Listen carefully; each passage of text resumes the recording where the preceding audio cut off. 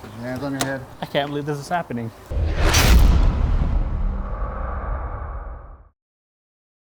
As you guys can see, we've got a nice old beat up farm truck, and this is Officer Carter. How are you guys? So, kind of a funny story here with the way that I met Officer Carter's. I actually got pulled over. This thing has so much more power than it used to. It actually got some go, doesn't it? Yeah, it does. It's a lot of fun. Oh, crap. Is he gonna pull me over? Ah, crap.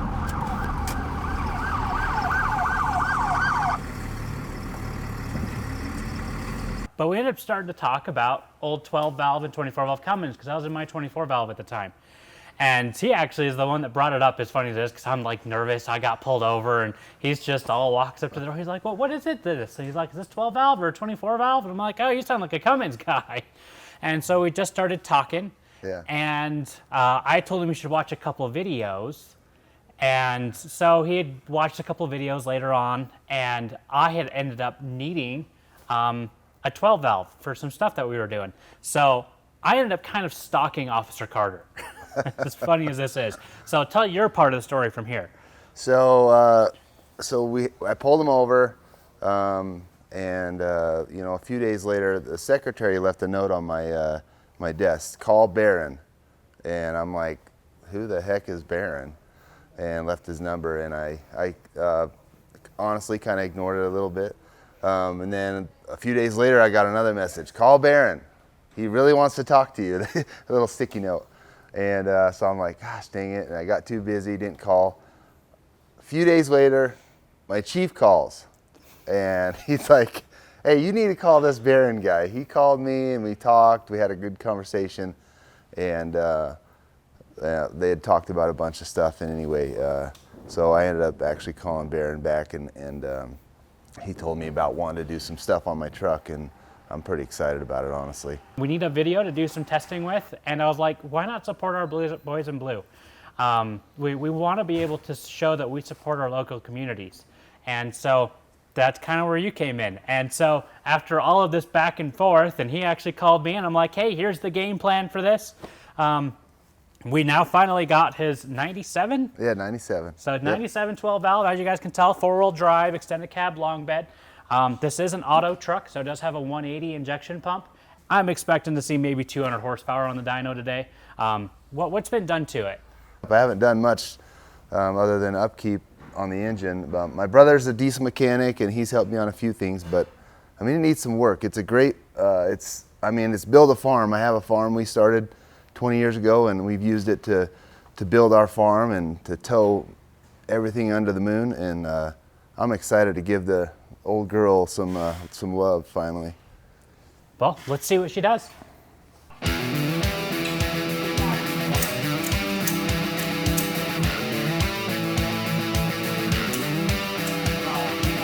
So the parameters we're going to be doing with this run is we're going to try to go from 1800 RPMs out to, hopefully it'll make it to 2800, depending on how tight the governor springs are set up.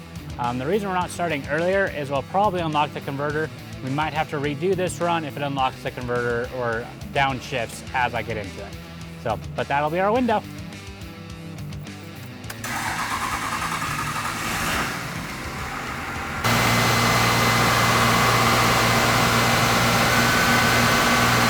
might have to try this again.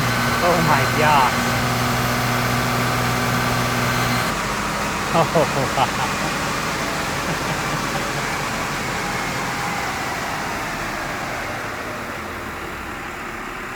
So we did about what we were expecting, 163 horsepower, 444 foot-pounds of torque.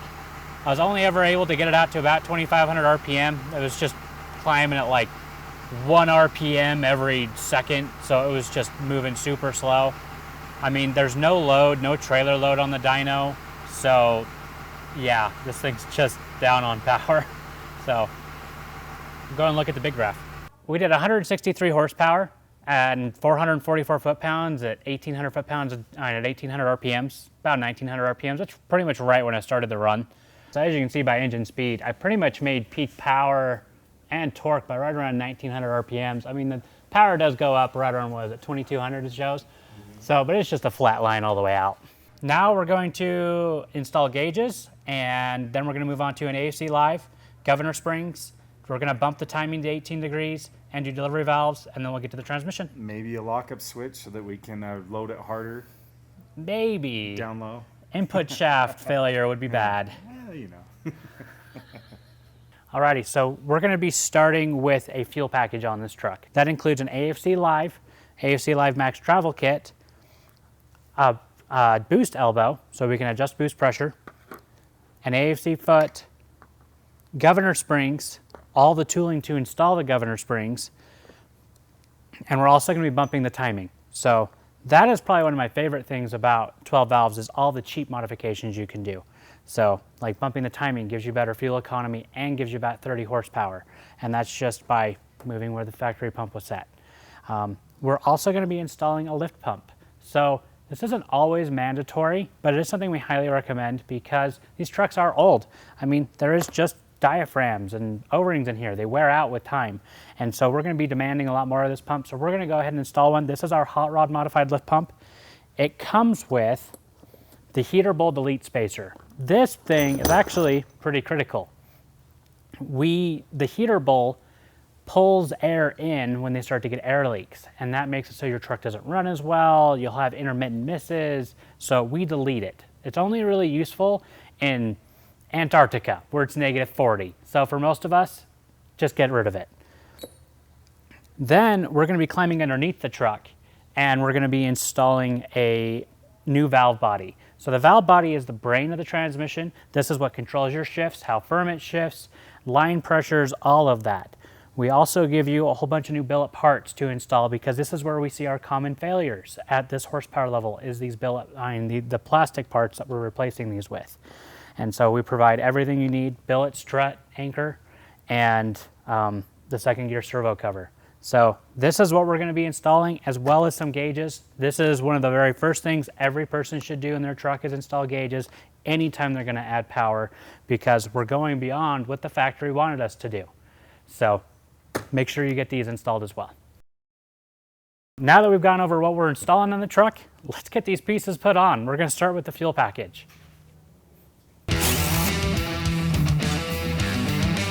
Our AFC foot.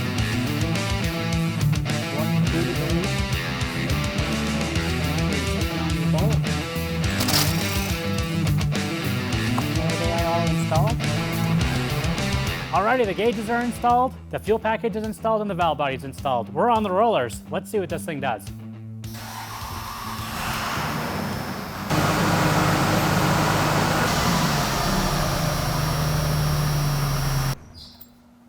Something's really not right. We're only making about 21 pounds of boost. I only saw 900 degrees on the EGT probe, which is really low. And it seemed to only make 136 horsepower uncorrected. Like, something's wrong. We gotta figure out what's going on. Let's see if we can get this boost number up. I know that our fuel pressure is good. I've already checked it. It's making 45 at idle, and it's making about 50 when I'm into it. Let's do a boost leak test and see what comes up. This is our boost leak test kit. Basically what it comes with is a boot that goes on the turbo, a little flange that goes inside the boot so you can connect the air line to it. If you ever call in and say, hey, I've got high EGTs, low boost numbers, low power, we're generally going to ask, have you done a boost leak test? Because this is going to determine probably 90% of the issues you have on your truck. There's lots of places these things can leak. At the intercoolers, at the intercooler boots, at the turbo boots, at the air horn. I mean, there's so many different places. This is a very simple test, and these are very cheap parts. So make sure you get one of these if you're ever having any of these types of issues. Okay, now since we have our boost leak tester on, we just need to hook up a pressure regulator. Most of you guys can just do this at your compressor. And then what you can do is you can hear, I don't actually have this running. So we're going to start this at 0 and then slowly increase it.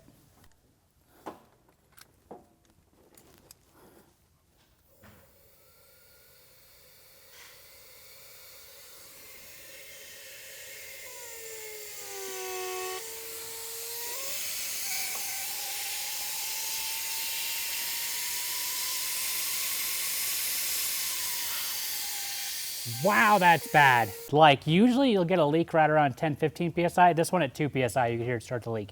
So it's coming right at the compressor discharge elbow. So there's just an O-ring in here that's probably gone bad or isn't even there. Oftentimes they're just missing when people replace these chargers. So let's take it off and see what's there. Okay, so what's going on here is it looks like the O-ring is just flattened out. And so it's leaking right here. Like I can't even feel it being pushed up at all. We'll get this old O-ring out and get the new one in.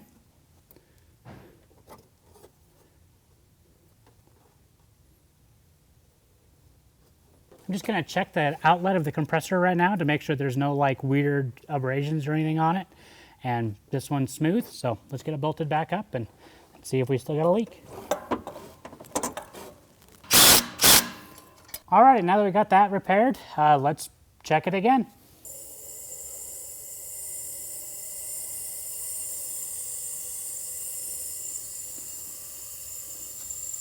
Ooh, that's sounding good. So it's pretty common to have a leak right behind the compressor cover, right where that giant snap ring sits.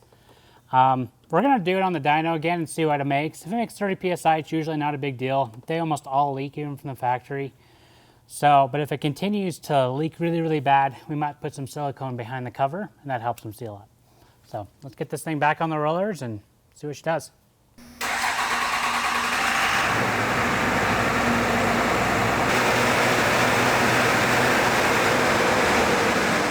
So it made similar power numbers it did last time, made similar boost it did last time. That is maxed out. Like, no, it moved like another ½ inch. We think we found the problem. And as funny as it is, this happens more often than not. The shutdown solenoid, some of these just go bad, they're a solenoid. When people replace them, they just throw them back on. They don't adjust them, they just put it back on. Well, in this case, the shutdown solenoid moves about 1 inch. And right now it's only moving about ½ inch from full bottom, which is shut off, to just barely running, which would make a hard start scenario, which is what this has, a low idle scenario when cold, which this has, and makes no power like this has. So we're going to adjust this and hopefully we pick up another 150 horse. Oh, hey, there's a bolt missing. Look at that. So you can actually see the marks where this was threaded in from the factory. And we've got, what would you say, ½ inch, 3/4 of an inch? Double what it should be. Yeah, like it needs to screw in from here to here. So let's go grab a 10. Alrighty, that's that. I know it looks like kind of a nightmare. It takes a little bit of time to adjust it, but all it is a little bit of adjustment. And so really, I'm hoping we pick up double the power just by doing this.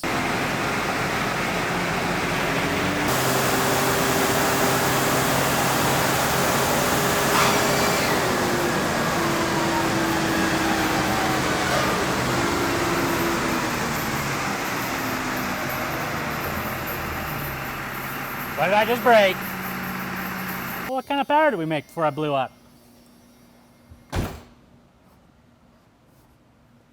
Hey, look at that. That's looking a lot better.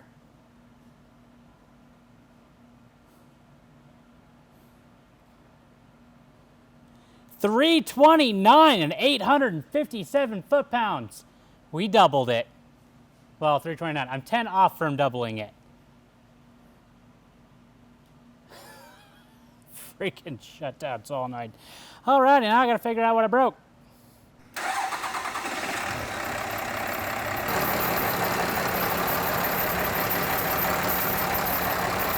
I had to have smoked the turbo. That's all that could make that sound. So what had happened on that last run is while I was messing around in the fuse box, I must have unplugged one of the fuses that controls the gauges. And so I didn't have any gauges in that run, so I don't know what boost I was making. And that's a perfect example of why you need gauges, because I think I smoked that turbo, so it's probably making 40 pounds of boost. Alrighty, as you guys kind of saw at the end of that run, we lost the turbo. It's making horrible sounds in the exhaust. The funny part is the compressor wheel's totally fine. Like if you were to test drive this thing or you're looking at it, you'd think the turbo's totally fine. But it has to be shot. Like that's the only thing that can make those sounds.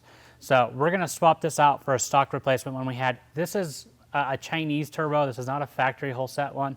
So I don't know if that had a part to do with it, or I don't know what boost I was making. That's another thing I want to stress is how important gauges are, because this can happen to you. So let's get this turbo swapped out for the other one.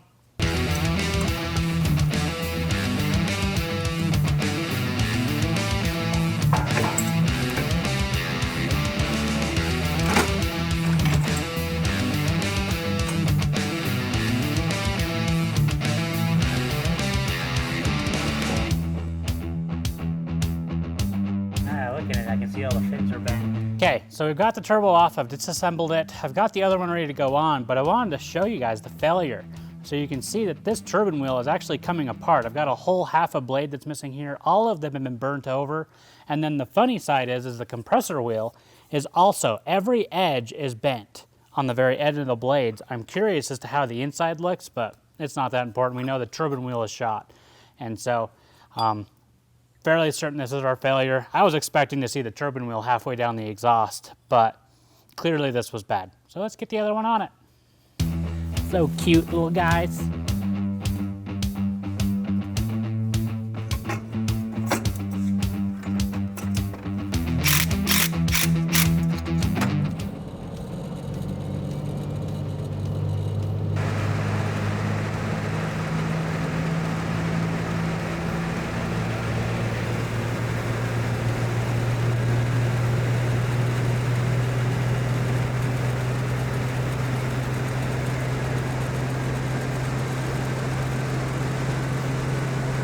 $352, man, not bad.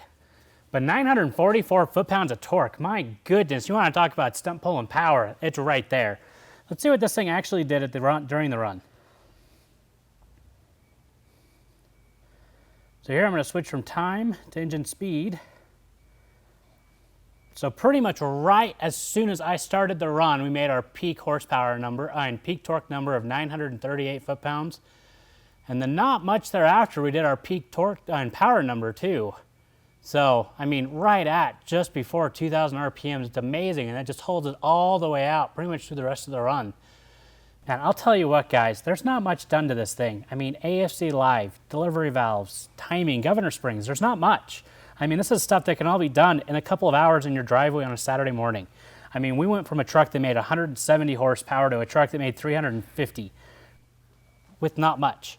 So let's go see what Officer Carter thinks of this thing, because he's going to be getting back a totally different truck than he dropped off to us. Let's see if it feels any different to you. I can tell it does already.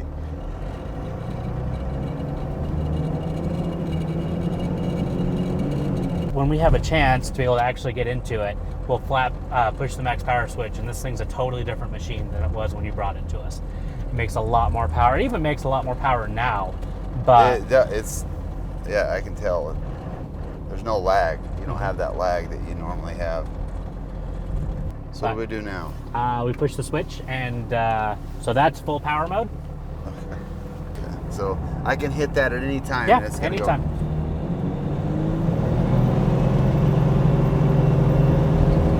Damn. Yeah. Wow. Holy hell. It scoots. Dang. And this is just a 350 package. I mean, there's not a ton done to it. I mean, a set of injectors and a turbo, oh man, you're a whole different truck then. Wow, that's pretty impressive. So is it a totally different truck? Oh yeah, heck yeah. Way more responsive. Thanks for giving us the opportunity to work on it. It's always fun to turn basically a virgin truck into something that's a lot more fun to drive. Yeah, I'm really excited. I appreciate you guys. It's something that's, this is a truck that I use a lot, and it's gonna help me out with my business, and I'm way excited. I really appreciate you guys. Well, good. Well, guys, like, subscribe. The more people we can get to see this content, the better. We're all about supporting our boys in blue, and we want to be able to provide this kind of enjoyment to everybody. So we'll see you on the next one.